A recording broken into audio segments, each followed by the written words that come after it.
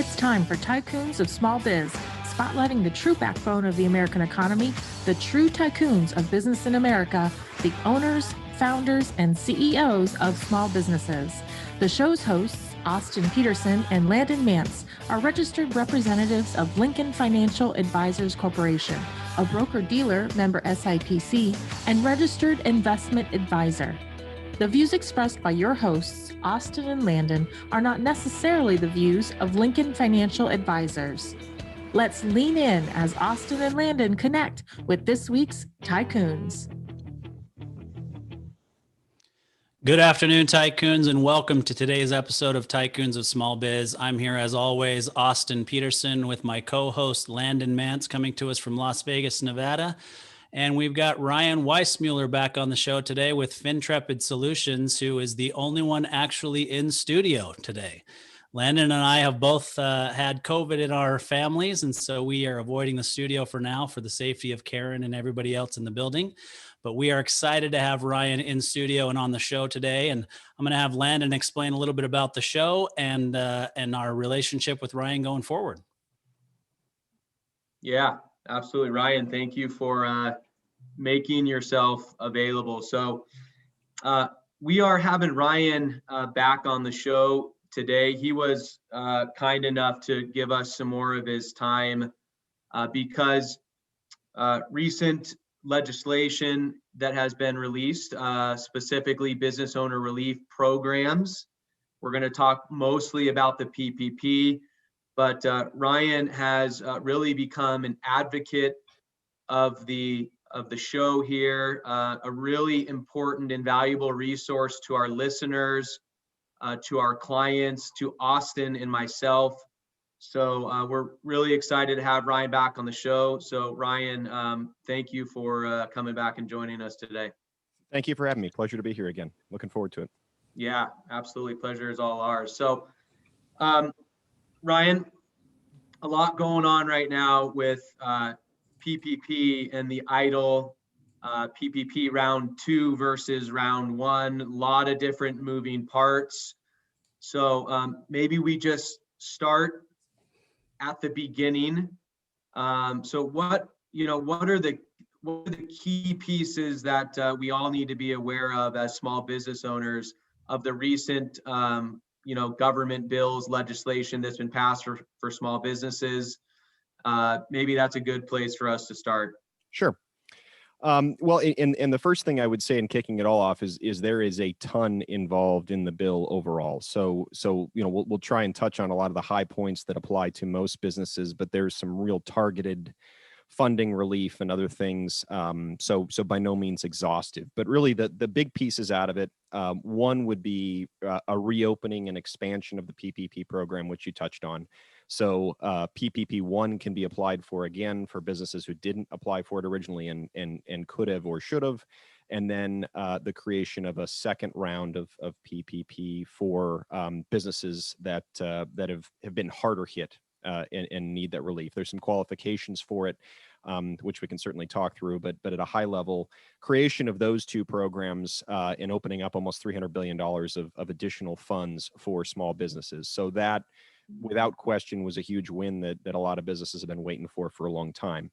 Some of the other big changes, in one huge change was PPP forgiveness.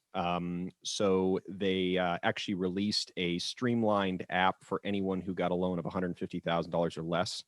For a ton of small businesses out there, that was going to be a huge administrative burden to go through the process, to collect that information, to submit that information, to go through a bank. So now there is just a simple one-page app that has to be submitted, and that was 87% of all loans that were approved were under $150,000. So that is a big, big win for Main Street. No changes, unfortunately, to larger loans. There was some hope for that, but that in of itself was a big change and affects the vast majority of loans.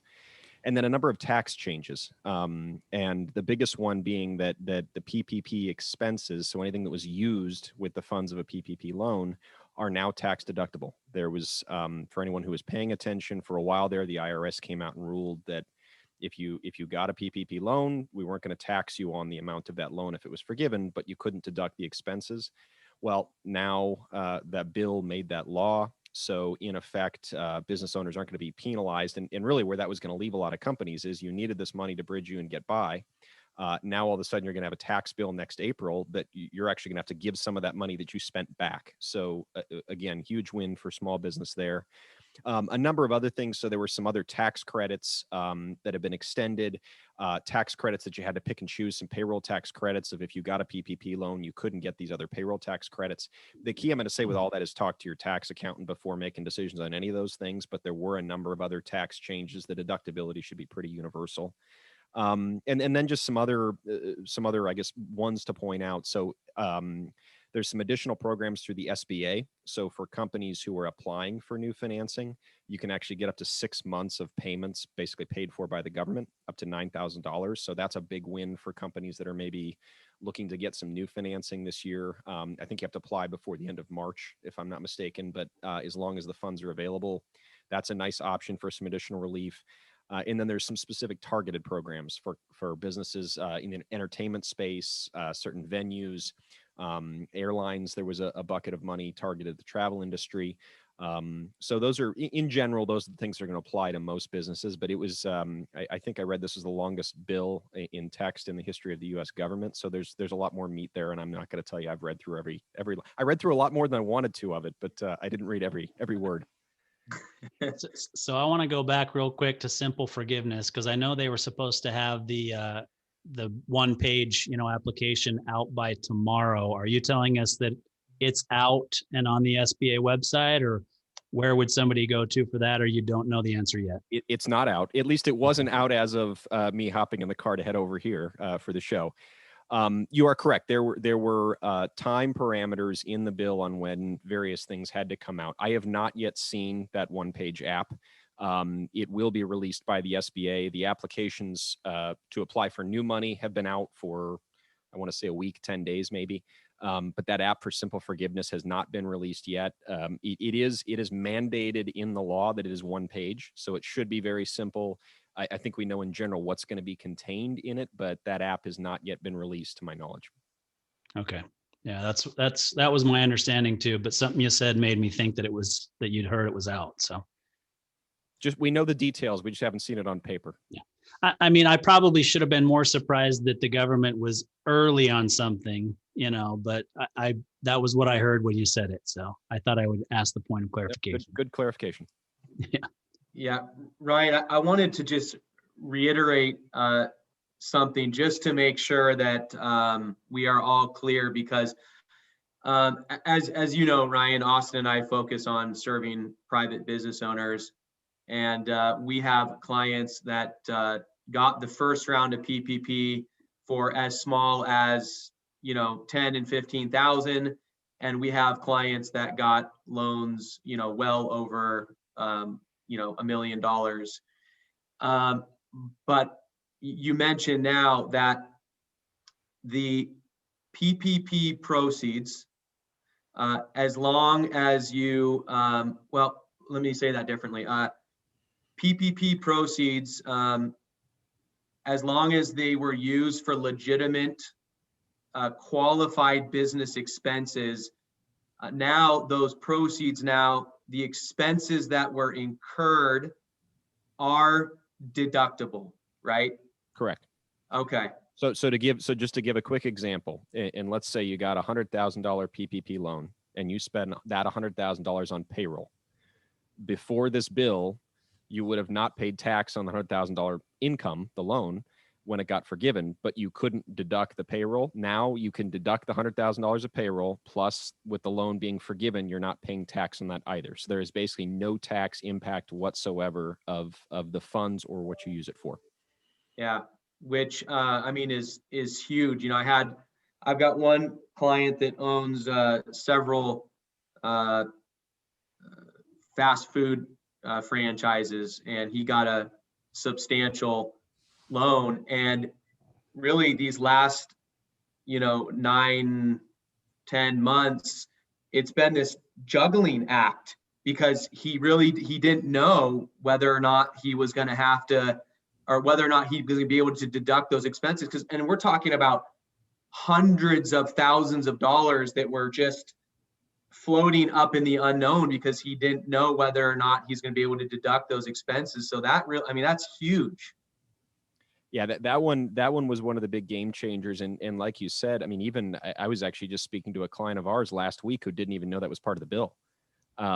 So I don't know that everyone realizes that that's out there, but that's a very big win for small business for sure, because not everybody's going to be able to get additional money. Everybody that was involved in PPP can take advantage of that. Yeah. So that's great news for the business community.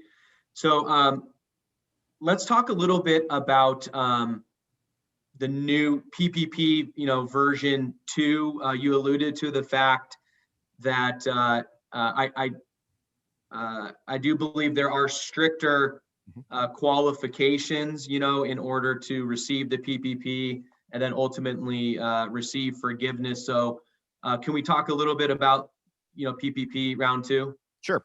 And I think an important point too, and there's multiple aspects of it that were in this new bill, and I've even heard sometimes people jumble them together. So let me just break it down to be extremely clear. So basically PPP 1, that original program, is essentially just reopened. There's money available for someone who wants to apply, needs to, and maybe just didn't in that original the original go round. The second piece, and you don't hear this one talked about much either, but we actually have a client that's in this situation, is they applied for a loan the first go round, but actually didn't get the full amount they were eligible for. You can actually reapply. So even if you're not eligible for additional financing, you can reapply to get the max amount you should have gotten. And then the third leg of the stool, if you will, is this true PPP 2, which is a fully new program for the hardest hit businesses. And so really what the government's done is these industries that and companies that have been particularly hard hit. And the other thing that I think is of noting in this is the maximum loan amounts in PPP 2 are $2 million. So there was a lot of bad press around some of these public companies and other companies getting $10 million out of PPP while, small businesses were striking out. They've really targeted this at Main Street. So specifically, it's a $2 million cap. Companies have to have 300 employees or less. And a lot of the other particulars around it function largely the same, but you have to have a 25% basically year-over-year decline in revenue. And that's measured, you can either measure that for the full year or just measure that in a quarter. So for a lot of businesses, they're going to take Q2 2020 against Q2 2019. Odds are for most companies, that's going to be their biggest hit. As long as they had revenue decline by 25% or more and meet those other criteria, they're eligible for those funds. And just like the first round, it's basically 2.5 times or 10 weeks of payroll is how the calculation is done. So you can look at, and another key point here, either full 2020 calendar year average payroll or full 2019. So maybe for a business that hasn't hired all their people back in 2020, where 2020 is still going to be a little bit skewed, you can go back to fiscal 2019 and pull an average monthly payroll that way, multiply that by 2.5, and that's your loan amount.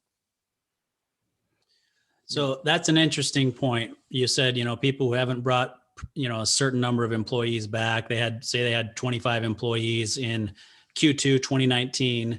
In Q2 2020, they had that many as well, but now they've got 6, right? So the early version of the PPP, the intent was to keep them on payroll, correct, right? But 10 weeks of payroll for a lot of companies was not enough for them to actually keep people on payroll. So they had to go from 25 to 6. And yeah, they're still open and they're still kind of surviving, but even now it's getting tough to keep those 6 on payroll. So talk to us a little bit about the guidelines, because originally you had to keep them on payroll for that forgiveness. So where are we now in terms of forgiveness and keeping people on payroll and all those sorts of things? Yeah. So the forms themselves are much more simplified. And really, I think this one has been, this is me reading into it a little bit, but I'll give you my take on it. So the original loan, Austin, you were 100% right. They were putting that out there to basically keep folks on payroll, and that's why they distributed the money they did. In this second round, it's been far more focused and I'd almost say it's kind of making up for lost damage, because this bill has been talked about, going back for months. This is not new. It just finally got passed, at the end of December. So really what they're trying to do is for those industries that got really, really hard hit, provide them some additional relief. You don't have a lot of those restrictions. There's still the certifications that you have to make, but in terms of proving a lot of that out, those requirements aren't there the same way they were on PPP1, where again, your forgiveness got reduced if you reduced payroll by too many, headcount by too much, or a lot of that has been simplified and taken out of this second round. So the application is fairly simple, fairly straightforward. And the other nice thing these days is payroll companies have gotten wise to it all, and they've actually got payroll reports that make this super easy for most business owners too, where they don't even have to do a lot of the math. So it's the process overall is much, much more streamlined than it was, way back in the throes of all this. Gotcha. Yeah, I think that's great to hear. I mean, you think about all the businesses that had every intention of keeping everybody employed, but when the money ran out and the business hadn't recovered, well, what are you going to do? I mean, you've essentially got to cut anywhere that you can, and you try to keep the doors open. And I think philosophically we could go back and forth on whether or not there should have been something done for employees and employers, because there's also the flip side of that coin. I'm sure you've heard where a lot of employers are trying to get people back and they don't want to come back because now they're making additional money on unemployment with the additional money that they've given through the unemployment benefits. Yeah, I don't care. I don't care what side of the political aisle anybody falls on. This was a tough situation, no matter how you slice it and dice it. There was no one size fits all answer. I mean, I think, there's been a lot of positives for small business. I would have done some things a little differently, but sure. I'm seeing a lot more optimism now, certainly than I was, even 60 days ago, which is good. One other thing too, just to go back to it, because I know Landon, you mentioned your restaurant client. One other key piece too with PPP round 2 is for certain, and it's actually by NAICS code, but restaurants qualify, is the criteria is actually 500 employees or under, and you can actually get 3.5 times an average payroll. So for those really, really hard hit industries like those in restaurant entertainment, they can actually even qualify for more funds. But for the vast majority of businesses, it's going to be that 2.5 times. Yeah. And just off the top of your head, do you know what industries fall into that category? It's, so here's what's very interesting. And I looked at this, it's not as logical as you would think.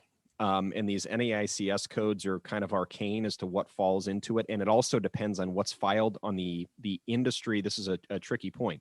What service you provide that's listed on your tax return, that defines what code you operate under. So I actually found out that a client was not operating under the code they thought they were, as far as the IRS is concerned. Thankfully, it didn't matter for them regardless related to this. But that's something I'd look into that's unique to each business. But check your tax return, because that's what's going to dictate that. Yeah. Okay. But overall, it's essentially travel, hospitality, restaurants, the hardest hit, entertainment. Correct. Yeah. Exactly. And then, like I said, there were some channeled, I think there was 15 billion for like entertainment venues and other hard hit in addition to PPP, but they've clearly tried to get very targeted, very focused with the businesses that need it the most. And they started out too, the way this has gone. So originally it was only available to lenders that were really serving kind of the underserved areas of the community. So some of the smaller businesses, some of the underserved, minority communities that weren't getting the attention the last time around. So I think the government was very intentional that they started with the least served, then worked up to the smaller banks who, again, were serving more the community type businesses. And it just today opened up to everyone. So they've been very, very methodical in the way this is rolled out, which again, it's where the need is. Yeah. Gotcha. So is there anything that as business owners that we all need to be aware of, Ryan, when it comes to forgiveness and the application for forgiveness for round 1, in regards to applying for round 2? I don't know. Are there anything we need to be aware of? Any pitfalls? Just any information there that would be pertinent? Yeah. So there's a few criteria related to it. Now, to qualify for PPP2, you have to have gotten PPP1. and you had to have used the funds. You do not, and this is important, do not have had to have already had those funds forgiven. So if you spent all that money and let's say used it up in October and you haven't applied for forgiveness yet, you can still apply for PPP2. There's no restrictions there. So to some extent, forgiveness, those two things are a little bit mutually exclusive. And actually a number of banks even aren't taking forgiveness applications right now. They've kind of put that to the side so they can process new loans. But for a business that wanted to and could, you could apply for PPP2 tomorrow and forgiveness on Friday. Yeah, I want to just mention something that just came to mind as you were talking. Obviously Austin and I and you, we have no affiliation or allegiance to any type of, bank. Mm-hmm. However, there are banks that are a little bit more business owner friendly. So, not to knock any of the big banks, because they do some good stuff for business owners. But my comment here is kind of, are there certain types of banks that maybe people should look at to consider? Because I know I've had several clients that have come to me and said, I do my banking at ABC conglomerate and I can't even get in touch with anybody. So I'm going to go down to, XYZ local bank, and they were able to get in right away. So I don't know, maybe you have any thoughts or considerations there. Yeah, and I'll give a little bit of a generalization, but I think it'll answer your question. I think so. So one thing that I have noticed that's changed this time around is in the first round of PPP, a lot of banks were taking loans for businesses that weren't clients prior to that. Fewer banks are doing it this round. And we've been in contact with a lot of banks on a routine basis. And I can just some of the ones we know, I can tell you we're in that boat where they're not taking it for non-customers right now, whether that's because of the demand or just the time intensive nature of it. But I think to your point, there are a number of people that had a difficult experience this first go round getting the loan. Maybe their bank wasn't providing a level of service they need. And I saw that, from a variety of banks. I think I would categorize it this way. So it's the path of least resistance. It's going to be faster if it's a bank that already knows you. So, there's a lot of companies out there that have multiple banks. And if you had a bad experience with one, but yet you have a relationship with another, that's probably helpful. If you don't and you're looking at something brand new, I think you do need to find out who's accepting them. The community banks in general have done I would say they've done a more on a broad scale, a better job of managing through it. And I think, part of it probably because they're more used to dealing with some of those more unique, smaller transactions. But I would leverage, first and foremost, I'd leverage the relationship. And we actually have a customer that's in that boat. They had two banks they worked with. They first time didn't go well, so they went to the other bank, and they've been great in providing information. They've been very helpful. Because the other thing that's different this time around, and I can tell you this about one of the decent sized banks that had some challenges in round one, they put together a very slick portal for round two that I think is going to be much, much more user friendly, better for the customer. So it's something you've really got to weigh. I mean, the one thing I would say is there were folks there in the early going that ran into trouble that were applying at 4 banks. Be careful. I'm not going to tell you that don't do that under any circumstance, but that actually, people are getting applications kicked and then going back in the queue, and this money's not going to last forever either. So just make the best decision you can. Make sure you have somebody that you can talk to. The relationship is the most important thing. Forget ultimately who's handing over the money to you. You want to have somebody in there who's advocating for you, who understands your business. And if it takes less time to get somebody up to speed, the better off you are, even though it is a simplified process. Yeah, so let me let me weigh in, put my 2 cents in there actually. So I've had a few clients actually that received PPP funds in round one that ultimately had a terrible experience with their current bank at the time, right? And they've switched banks since because of it. And some of them, it was the bank that they ended up getting PPP financing through, and they just switched to that bank because they got it done for us, and I'm going to show my allegiance.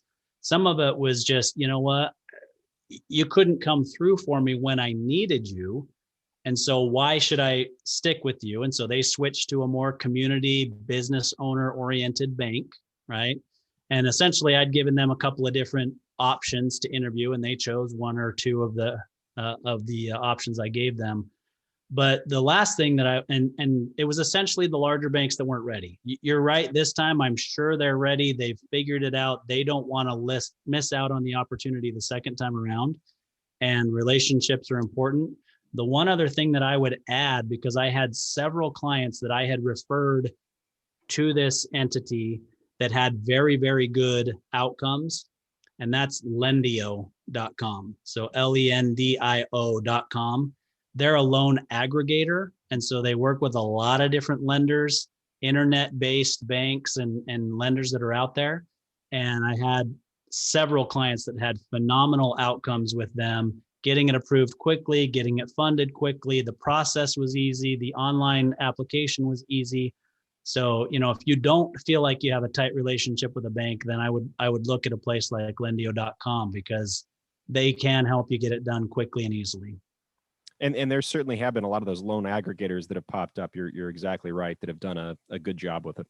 Yeah. And I do know that Lendio.com actually funded more PPP loans than anybody in the nation. So, they're working with traditional banks too, but they, it basically, it's that aggregator that made it possible to say, yep, we'll take that loan. That fits our criteria. We'll take it and we'll fund it. And we'll make it easy, and electronic signature this. And, so just something to be aware of for sure.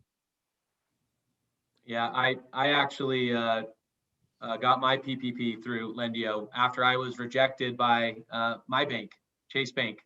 So I was a perfect example of taking advantage of a company that stepped up. So Ryan, there is just an overwhelming amount of information around these programs, and not everybody is as fortunate as we are, as our clients are, as your clients are, to have somebody like you that has spent numerous hours and a lot of time and money and resources staying up to date on all these changes. So for the business owners that are listening that don't have somebody like a Ryan Weissmueller, on their team, what do they do? Where do they go? How do they stay informed with all these changes that are coming out, what feels like by the hour? Mm-hmm. Well, one thing I would point everyone to, and I think there's the interesting thing that we've run into a lot with all these different, government regulation changes and bills and so forth, even going back to when this all started in March, is there was a ton of information out there. Some of it was conjecture, some of it was slightly off contextually, some of it was just plain wrong. But it has made more than one CEO's head spin through all this, and understandably so. One place I will tell you that has been a very good source of information is the SBA itself. The SBA.gov, their website, they actually update and keep FAQs that they provide on a fairly routine basis. Now, interestingly, they have not updated those since December 9th. I checked that as of this morning. So my guess is there's going to be another wave of those that comes out. But basically, every time there's been material changes to the program, you can go and just read those last, I think they're on number 53 or 54, if I recall. You can just read the ones after that and kind of understand specific changes. And again, that's the SBA putting it out. They're the ones ultimately administrating the program. So that's straight from the horse's mouth. So that would be one that I would encourage people to go to. It's easy to find, easy to get. And they've actually done a good job. The SBA has of that. The applications are all up there. Eventually, Austin, as you were talking about, that new forgiveness form for the 150K loans and under will be on the SBA website. So that's always a place just to go check, look for updates, et cetera. Now you can Google search it and find lots of information, but I'll just give you a great example. This is why you got to be careful. So I read something that was from a fairly reputable source that said you can look at quarter over quarter revenue, and you get to pick the quarters. So somebody could say April through July of 2020 versus April of July of 2019. Well, the bill, and again, I read it, says very clearly calendar quarter, January to March, April to June, et cetera. So that's a group that's putting out information that's just misleading. So that's where you've got to be extremely careful and make sure, some of those details are really important. The next place I'd go is the one we just talked about. your lender relationship. So whether that is a Lendio or, a bank, like many people, hopefully their banker, and maybe they're not the direct point of contact, but can at least point them to the bank resources. Now, a number of banks, my inbox has been blown up, have done a good job sending out, information updates. Here's what's happening with our portal, et cetera. But for a lot of businesses, there are nuances to it. There's little tweaks involved. I'll give you another example. We've got a client, like I told you, that was in that reapplication process where they didn't get enough funds in their first round of PPP. There's not an application out there for that yet. The SBA has iterated and reiterated that exists. We don't know where to go. So literally had a conversation with their lender, and basically they kind of walked us through, this is what you're going to do initially. And if something changes, it changes, and we'll go.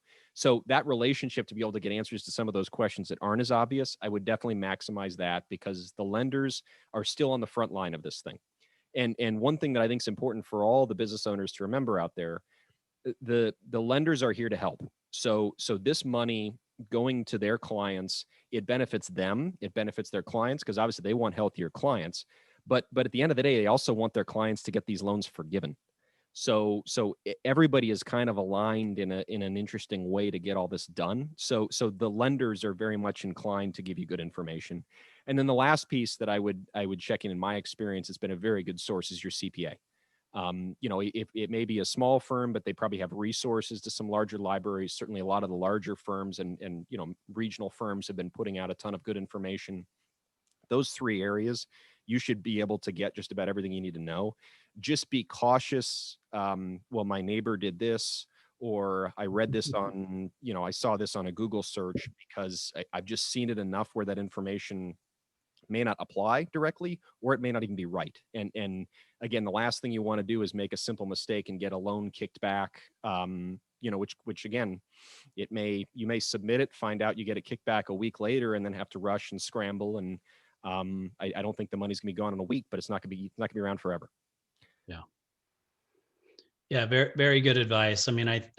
Like you even said, even the source that you got it from is a reputable source, but they had misread or potentially just mistyped what they meant in their explanation of the program. So it is important, if possible, to go directly to the source and work with good advisors. And I think that applies too, even beyond just applying for the new money, but forgiveness as well. Because, we talked about this simplified form coming out with the 150K. And I think that should be very, very straightforward. What there was no change to was any of the larger loans. We know that loans 2 million and up are automatically getting essentially audited by the SBA. But for those larger loans, there's still some questions out there of, one of the SBA, on the SBA site, it tells you that they're evaluating need both before and after the loan. Somewhat vague, but what exactly does that mean? Again, your lender's going to know, because they're the ones that are going to be collecting that information. So work with them. How do you make their life as easy as possible by getting them what they need? They're incented to help you get that forgiveness, because they don't want these loans sitting on their books forever.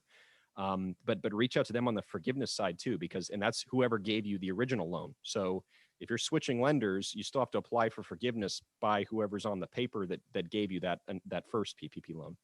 Yeah. So I've got an interesting question that fits with one of my clients that I think is probably a fairly common situation in the small business owner community.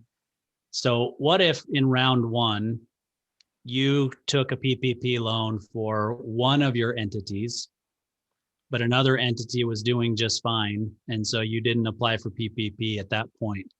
Can you still apply for PPP 1 for the other entity, and then PPP 2 for the first entity that you took PPP 1 for? So there are rules around the affiliations, and it relates to employee counts and control and those kinds of things. But so I'll give you a fairly generic answer, but in most cases the answer is yes. And so is the caveat to it again with that. So if an entity got PPP 1 and they meet the criteria for PPP 2, they can apply. Now, to your other question, and maybe they didn't take the money because they weren't sure they needed it, and then realized 60 days in they really did. They can go back and apply for PPP 1, but again, they're going to have to testify to the need. So they're going to have to provide demonstration that the funds were needed, because that's really what the government is trying to make sure of this time around, is they're not just giving the money to people who apply for it, but to people whose business has actually suffered some kind of adverse effect. Yeah. But in general, I mean, I would certainly, without knowing all the details, my inclination would be strongly to certainly apply for it. Yeah. Okay. So, Go ahead. Austin, Landon, no, sorry. go ahead. Go ahead. I was just going to ask the next question, but you go ahead if you've got a comment. No? Okay.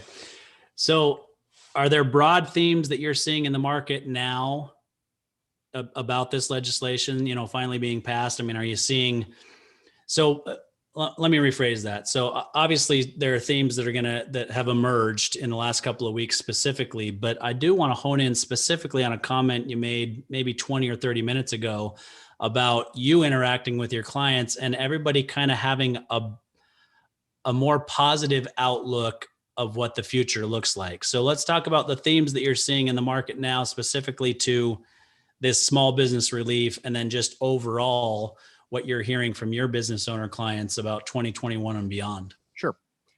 I think the biggest thing, and I think I mentioned this earlier in this conversation, but I know I say it all the time.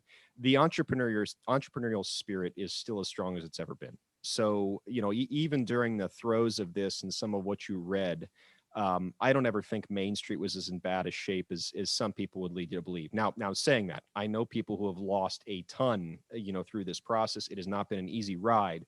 But that's different between laying down and giving up the fight, because what I've seen is Main Street has fought back and Main Street's winning.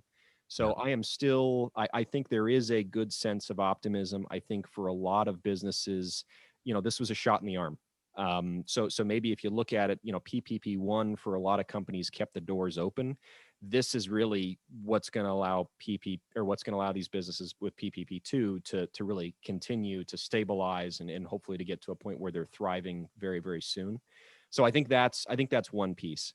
I think the other thing you're seeing too, though, and it goes in line with that optimism, is I think there's still some pent up demand. There's obviously a sense of relief of this legislation finally being behind us. And again, regardless which side the political aisle you fall on, just the fact that all this election stuff is behind us. I realize there's still some discord in Washington, but at least we've taken some steps forward. There's a vaccine now.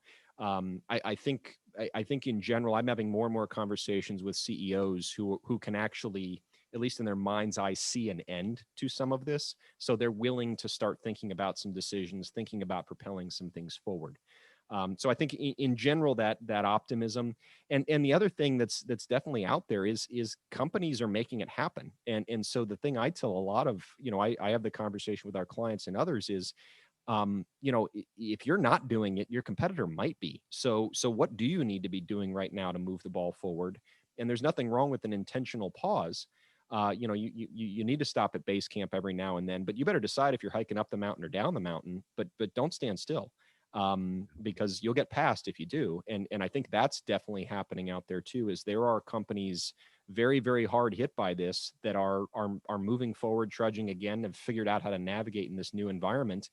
And let's be real, it's created a lot of opportunities. I mean, look at e-commerce, look at, there's going to be some industries that have been disrupted, and it'll be very interesting to see where they go. But there have been some real opportunities elsewhere that I think there's a lot of opportunity to be taken advantage of. And we're seeing companies do that on a regular routine basis. And I have been really impressed by the level of innovation that has occurred.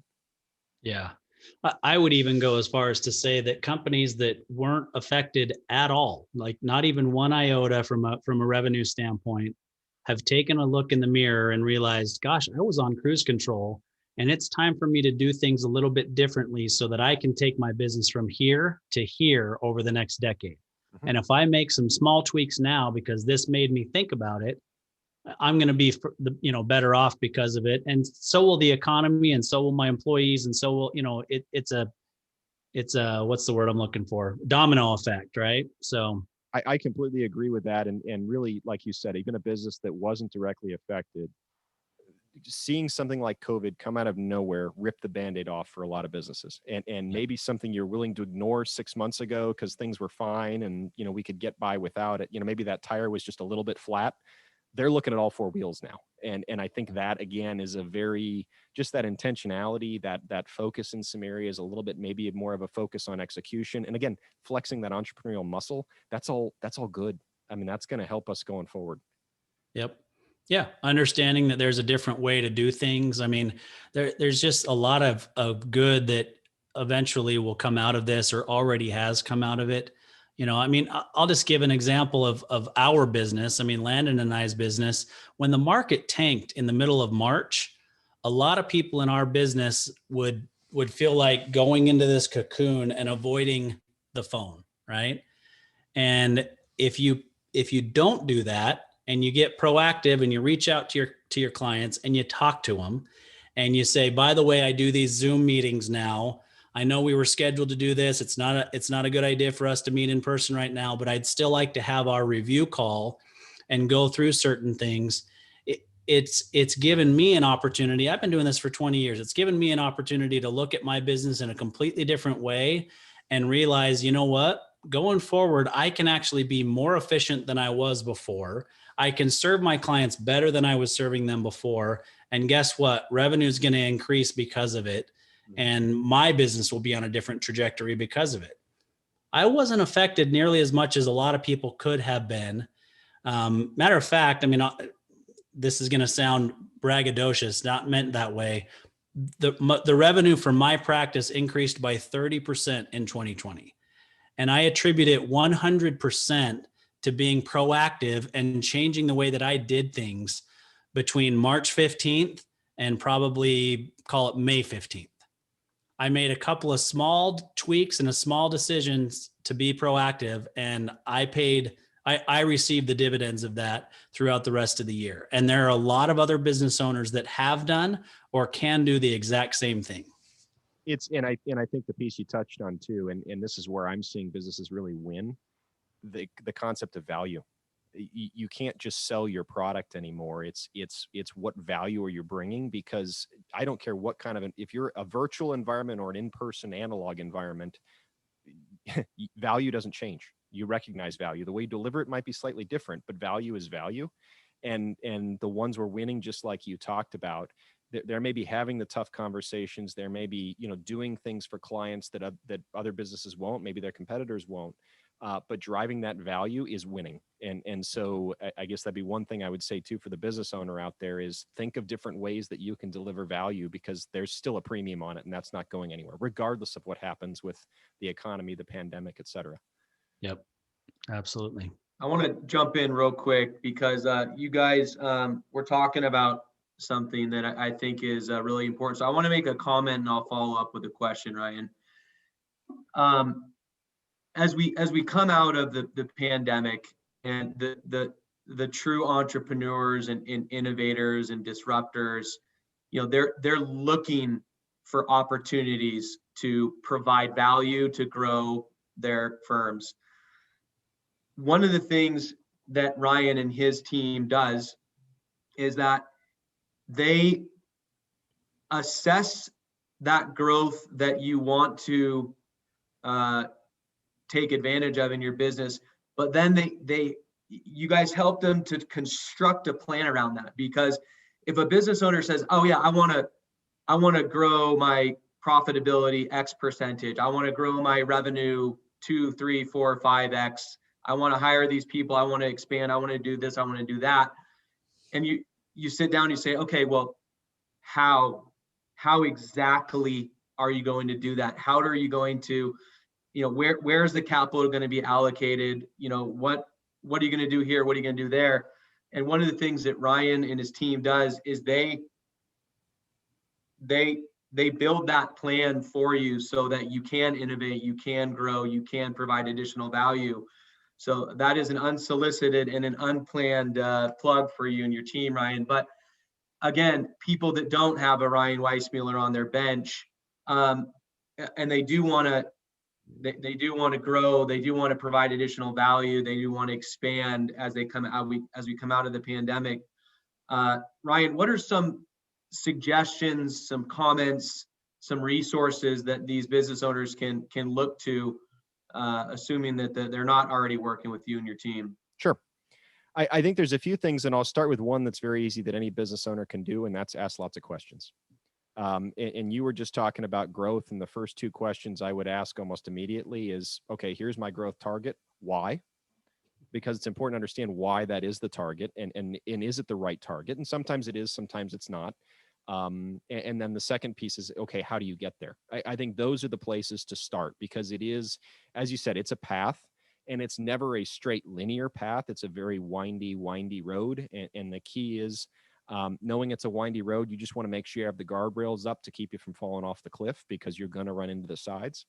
But asking lots of questions, challenging yourself, talking to your team. Are you equipped to get you to that level? Understanding, do you have the systems? Do you have the people? Do you have the capital, to get there? Or maybe it's a case we literally we've been having this conversation with a client for the last month or so, and he's actually pulled his growth goals back because what it was going to take him to get to, he wanted to get to level 2. We were talking about level 1. What it was going to take him, what he was going to have to give up, what he was going to have to sacrifice to get to level 2 wasn't worth it for him. And that was part of a discussion of really going through, dissecting that, understanding that. And your team is often great at helping you realize, yeah, Mr. or Mrs. Business Owner, we can't get there. We don't have enough. I can't get these sales for you that quickly. The wheels are already falling off the bus with what we're doing. So I think really looking inside internally in the organization is first and foremost. And then the other thing, a great tool that we use around it, and you can do it very rudimentarily, is just have a plan, have a financial plan, put a roadmap down on paper. So if we're trying to grow our sales from 5 million to 15 million, and that means our profit goes from here to here, okay, how much headcount do we think that means we need to go, to grow by? Can our system even process that much volume? When you start really putting some of those simple things down on paper, and then realizing, because it's not as though you can just say, yeah, we're going to tack on another 5 million of sales on what we have today. Very few businesses can do that. So when you put some of those things down on paper, it gets very, very real. And then that also gives you a very stark look to be able to say, yeah, you know what, we can't get there. Or maybe, and we've run into this too, we had a real live situation where a business owner, he wanted to grow his sales by 30%. Well, when you looked at what it was going to take, because for them to sell in some different channels and do some other things, add infrastructure, et cetera, they were making more money, but they were giving up a lot of margin to get that growth. It wasn't necessarily worth it. So the focus was, let's grow with the right business. Let's grow our bottom line, not our top line, and that be the focus. So again, it's why that target is important. And I think challenging things first, challenging them throughout the process, and just putting some stuff to paper is hugely, hugely powerful. So you question the heck out of it, you memorialize it, you question the heck out of it some more, wash, rinse, repeat. That's probably the single best thing that any business out there can do. Yeah, I agree with you 100%. I think asking all those questions eventually gets you to the right question, right? Mm-hmm. Which will then ultimately get you to the right answer. Because, I'm reminded of Mike Michalowicz that was on the program about 6 months ago that came, and talked about his book, Profit First, right? And it reminds me of a transaction that I was involved in maybe 6 or 7 years ago. And the seller of this business kept focusing on the revenue numbers. The revenue's this, the revenue's this, the revenue's this. And they were focusing specifically on December holiday revenues for this business, right, being $600,000. Well, fast forward 5 years later, that business was ultimately purchased, but it went from $600,000 in revenue in the December prior to the acquisition to $600,000 in annual revenues. But guess what? It made more profit than it did with the $600,000 in December revenues. Mm-hmm. And so it really is about understanding why you want to get where you want to get, and does it make sense to even do it, mm-hmm. right? I mean, you've got to understand, I hate to use this phraseology, but you've got to understand your why behind it, right? Landon and I had a call earlier today with a prospective client, and he told us that his ultimate, if somebody offered him $50 million for his business today, he'd sell it today, right? And Landon's follow-up question, as it should have been, was, why did you choose that number, right? Why does that number mean anything to you? And actually, I was surprised that he had a response to that, because most don't. They just kind of pick this number out of the sky. But he said, well, because after taxes, I'll have $20 million left. And and with 5% per year, I'm making $1 million a year without working. So at least he had thought it through, right? And I didn't expect him to have thought it through, but you've got to ask all those questions to get to what the ultimate question is, which will then lead to the ultimate answer. And I think that it's a powerful thing that gets missed an awful lot in the business community today. It does. And that sales scenario too is a very common, a lot of business owners say that, well, I want to sell my business. Okay, well, for what? And what does it take you to get to that sale price? And I just had that conversation with another business owner. He had kind of an unsolicited offer for a company that he knew, and it wasn't near enough. And so, in going back and revisited it, and we all came to the conclusion, and he got to it, that I'm better off just running this business, maximizing my profit. And if somebody comes along and strokes a big enough check, that's fine. I'm getting out, but I'm not just going to do this to sell it for a price that's not ultimately going to make me happy. So I think you're 100% right. I'm glad he had it thought out though, because I agree with you. Most of the time, it's the why behind the number is very mysterious. Yeah, he did have it thought out, and that's the thing, is a lot of people want to just be able to tell somebody that they sold their business for $10 million or $20 million. Well, that's great, but if you could have made more money by just continuing to run the business and extracting $1.5 million or $2 million a year in profits, then why sell it? Mm-hmm. Yep, totally agree. Well, Ryan, as we push up against time here, I don't know. Maybe let me let you decide what you think is most important to share in our remaining, call it 5 or 6 minutes. Should we talk about any expectations for additional programs now that Joe Biden and his team are taking over? Or do you think it would be more valuable to just talk a little bit more in general about some advice that you're providing to business owners to move forward? Yeah, I think let's go broad, and I can answer your first question very simply, which is I wouldn't bank on it. There's going to be more money that goes out through the economy, but as far as targeted money to the small business community, I'm not planning on it. We're not seeing a lot of buzz around it. So, again, except for maybe those really hard hit businesses. So that's an easy one. I think in general, then some consideration. So one thing I would say is for businesses out there that are going to get PPP2 and following right along that is treat this money to last. So if you're going to get this loan, and for a lot of companies, we're actively involved in a number of them, I think it's going to be a great opportunity, but it's a bridge to the economy reopening in a more full manner. And that's how I would treat it. That's how I advise business owners to treat it.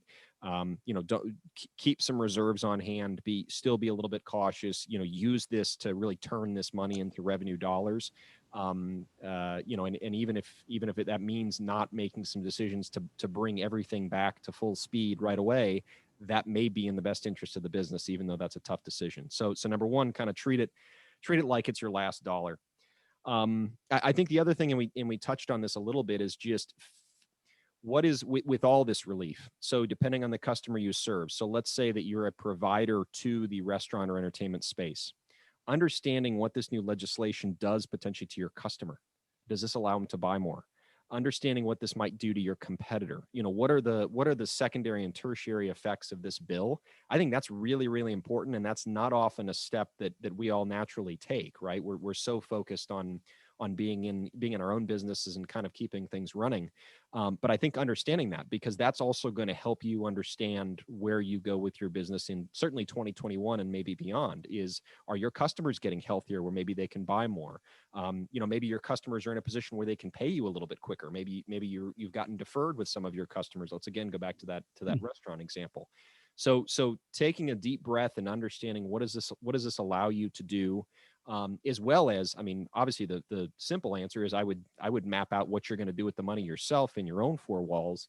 But outside of that, I think the trickle down effect, the domino effect, to reference something we talked about earlier, is going to be very powerful and very important. So that's something I would definitely say to keep in focus.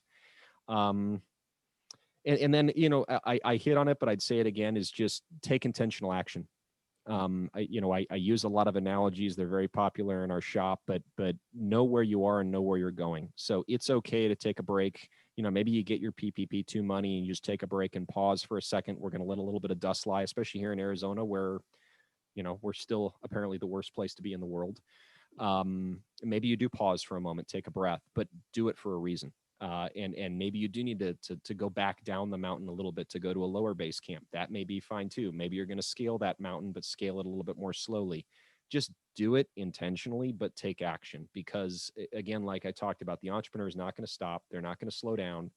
Most entrepreneurs aren't going to wait for the government to do anything further for them. A lot of them weren't waiting at this point. I mean, there were a lot of companies that I'm sure you guys saw it too, that just clawed tooth and nail to get where they wanted to and needed to. So I think take action, be intentional. And the last thing I would say, and this is more to all of us, go support small business. It is still a tough time out there. I mean, go get takeout from a local restaurant. Try to support the people out there, try to support those fellow entrepreneurs. We owe it to them, because there's a lot of people out there unsung every day that are just grinding to keep their doors open. Go see your dry cleaner, because let me tell you, their business has been suffering. Take care of small business around us. We all owe that. Yeah, I couldn't agree with you anymore if I tried. I mean, it's funny you mentioned the dry cleaner, because I remember walking into my own dry cleaner and his eyes lit up because I was carrying clothes in instead of just picking clothes up, right? And they really have been hit hard, because nobody's getting dressed up anymore. They're not going to the office. And so they have certainly been hit hard. We don't think about them. We do think about the restaurants. We think about, the airlines, the cruise lines, all those sorts of things. But it is truly the local small business owners that need our support, and we need to get out there and do it. So I think if there's a theme from today's show, it's ask a lot of questions, have good people around you who can help you get to the right answer, that aren't just yes men and women who are, telling you what you want to hear, but who are willing to be able to have a conversation with you about what you should be doing to run your business more efficiently going forward.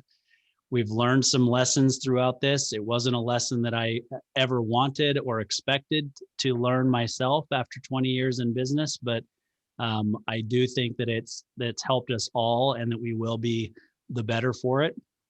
I want to remind our audience how lucky they are to have a guest like Ryan Weissmueller to come on the show and to share this information with them. We're happy and grateful to call Ryan a partner of the show and a real advocate for the show. You're going to hear from him more going forward. You'll also be able to hear from him in the newsletters that we put out. He'll help us with some different articles and so forth. So we really look forward to a closer partnership with you throughout 2021 and beyond as well. Thank you, guys. Appreciate it. Thanks so much again for having me. Yeah, thanks, Ryan. Thank you, Ryan.